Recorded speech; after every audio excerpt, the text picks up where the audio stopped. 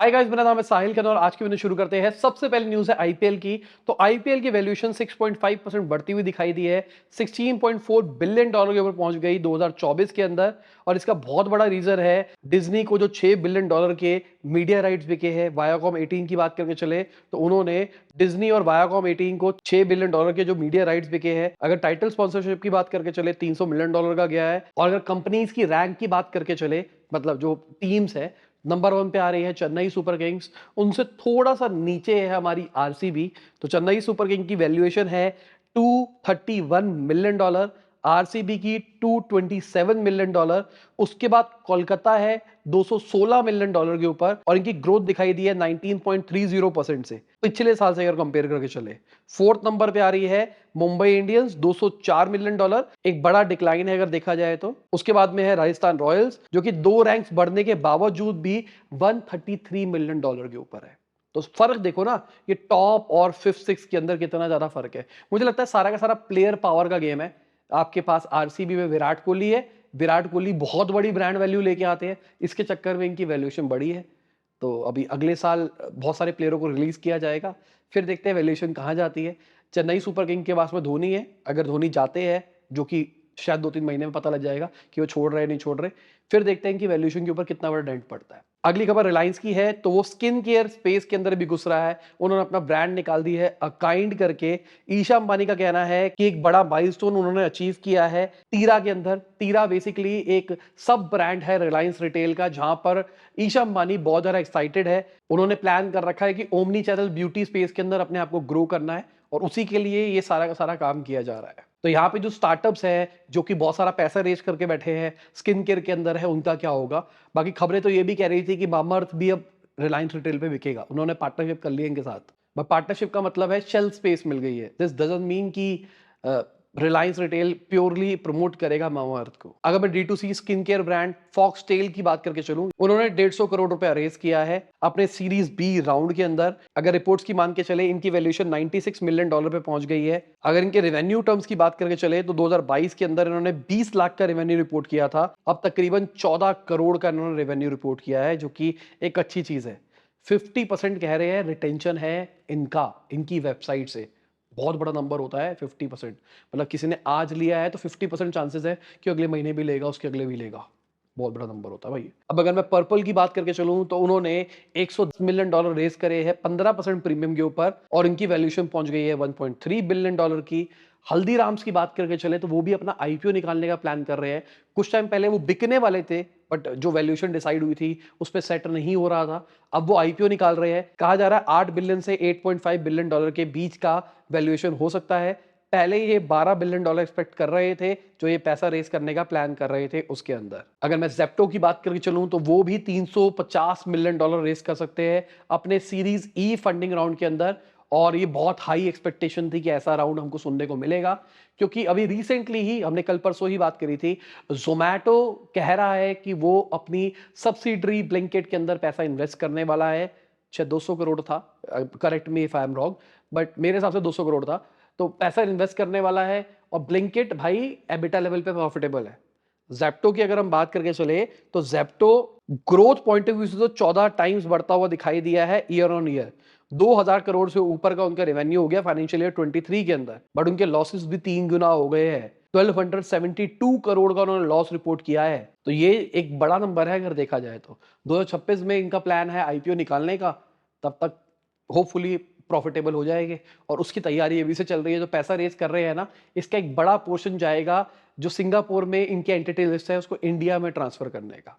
सबको आईपीओ निकालना है, इंडिया के अंदर लिस्ट करना है, तो उसके लिए अभी ये वाला देश में वापसी आओ वाला कैंपेन चल रहा है। अगली खबर अलग पांडे की है, तो उन्होंने पीआईएल फाइल करी है अगेन। जो नीट है उनके जो ग्रेस मार्क दिए गए हैं उसके ऊपर कहा जा रहा है 1500 से ज्यादा बच्चों को ग्रेस मार्क दिया गया है उनकी कैलकुलेशन के हिसाब से, और ये गलत बात है अगर देखा जाए तो। और बहुत ज्यादा बवाल उठ रहा है हर जगह के ऊपर इसके ऊपर। मैं तो आपको कहूंगा कि वीडियोस बना रखी है जहां पे अलग बांडे ने पूरा कैलकुलेशन में समझाया कि कैसे कैसे कैसे। मैं रिकमेंड करूंगा अगर आप समझना चाहते हो तो वीडियोस देखना, वहां पे पूरी कैलकुलेशन समझाया कि किस तरीके से ग्रेस मार्क्स अलॉट करे गए हैं और क्या इसके अंदर घपला है। किसी को लेट कॉपी मिली है तो उस चक्कर में ग्रेस मार्क्स दिए गए हैं। तकरीबन 70 से 80 मार्क्स दिए गए हैं 1500 स्टूडेंट्स को।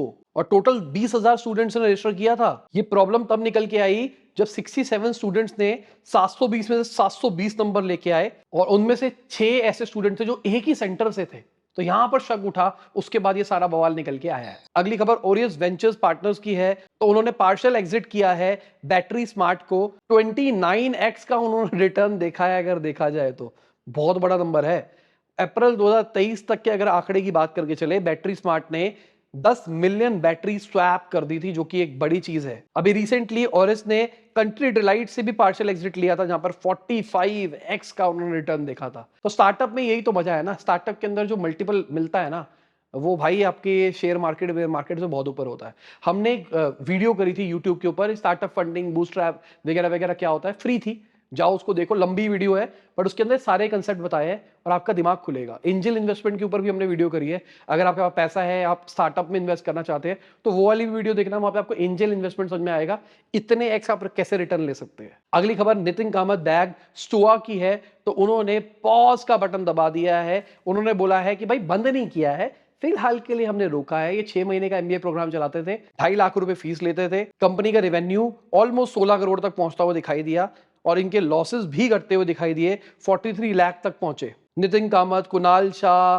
गगन बयानी और एंजल लिस्ट जैसी कंपनीज ने इनके अंदर इन्वेस्ट कर रखा है। नवंबर 2021 के अंदर इन्वेस्ट हुआ था और अभी तक उन्होंने पैसा कोई रेज नहीं किया था उसके बाद में, जो कि एक अच्छी चीज है। हमने भी इनके साथ में इंटरव्यू किया था, मेरे को याद है, मैं गोवा गया हुआ था घूमने के लिए, तब मेरी इनसे बात हुई थी और हमने वही वही शूट कर दिया था, जहां पे हमने ये वाली बात भी करी थी कि एडटेक में प्रॉफिटेबिलिटी कैसे आती है। मुझे पर्सनली लगता है एडटेक में प्रॉफिटेबिलिटी लाना उतना मुश्किल नहीं है, एट स्केल भी नहीं है, क्योंकि बहुत 25 करोड़ का रेवेन्यू बहुत बड़ी बात नहीं होती है।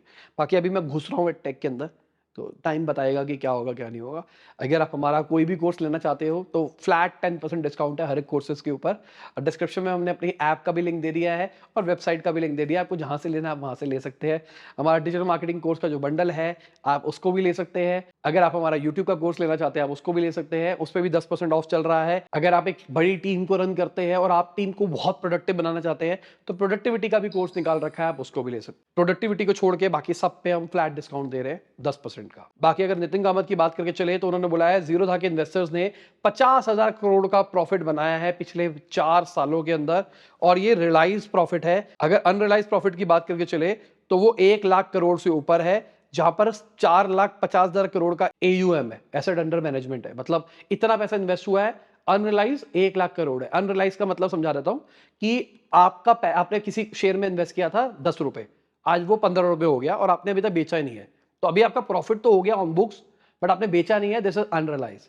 आपका 10 रुपए का लिया था, आपने 12 रुपए का होने के बाद में बेच दिया, तो 2 रुपए का आपको प्रॉफिट हो गया, दिस इज रियलाइज प्रॉफिट। बाकी अगर जीरोधा ब्रोकिंग की बात करके चले तो वो मोस्ट प्रॉफिटेबल ब्रोकेज कंपनी है इंडिया के अंदर। 18% उनका मार्केट शेयर है। अगर हम ग्रो की बात करके चले तो उनके एक्टिव इन्वेस्टर्स 1 करोड़ के ऊपर पहुंच गए मई 2024 के अंदर, जो कि अगेन इनके लिए अच्छी चीज है। अगली खबर एप्पल की है। तो उनके शेयर प्राइसेस 7% बढ़ते हुए दिखाई दिए। $215 बिलियन मार्केट कैप ऐड होती हुई हमको दिखाई दी है।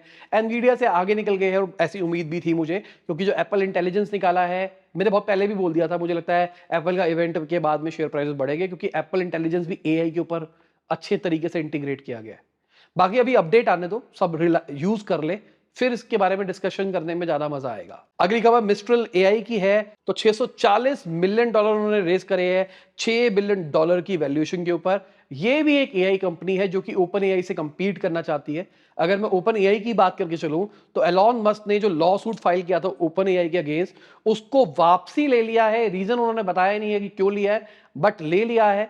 उन्होंने भाई कहा था जजेस को कि ओपन एआई की जो भी रिसर्च है, टेक्नोलॉजी है, उस सबको पब्लिक कर दो, स्टार्टअप को पैसा नहीं कमाने देना GPT-4 से, या फिर उन्होंने जो भी टेक्नोलॉजी मॉडल ट्रेन किया है। क्योंकि एलॉन मस्क ने जब कंपनी में इन्वेस्ट किया था ये कहा गया था ये नॉन प्रॉफिट कंपनी है, बट ओपन एआई वालों का कहना था कि एलॉन मस्क ने स्टार्टिंग में तो इंटरेस्ट दिखाया, बाद में उन्होंने अबंडन कर दिया कंपनी को। अगर वो साथ देते तो शायद क्या पता ओपन सोर्स ही रहती है ओपन एआई। बाकी अगर एलॉन मस्क के एक्स की बात करके चले, जो कि पहले ट्विटर कहा जाता था, उसके अंदर प्राइवेट लाइक्स का फीचर आ गया है ताकि प्राइवेसी प्रोटेक्ट रह सके। इसका मतलब क्या है कि आपने किसी के पोस्ट को लाइक किया है एग्जांपल के लिए, अब वो लाइक आपको दिखाई देगा आपने लाइक किया है, बट किसी और को नहीं दिखाई देगा किसने लाइक किया है, जो कि एक अच्छी चीज है। पता नहीं लगेगा किसने लाइक किया है, तो आप खुलेआम किसी को भी लाइक कर पाओगे, क्योंकि आजकल ये वो होता है ना, न्यूज़ बन जाती है कि इस बंदे ने इस ट्वीट को लाइक किया, दिस मीन्स वो इसको सपोर्ट करता है, नहीं किया तो मतलब नहीं करता है। तो इससे क्या होगा, वो चीज़ छुप जाएगी। पहले प्रीमियम यूजर्स के लिए फीचर था, अब ये सबके लिए आ जाएगा।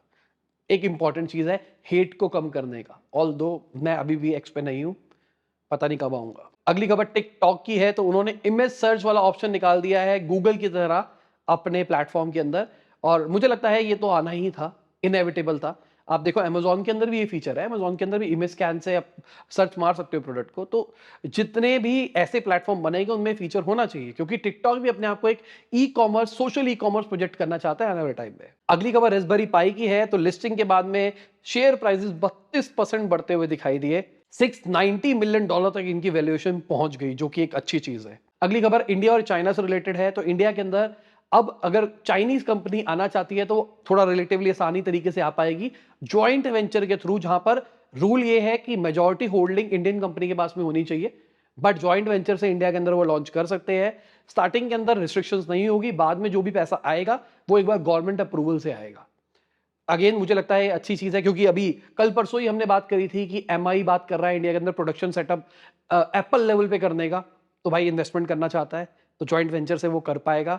एक चीज यहाँ पे ये दिखाई दे रही है हमें।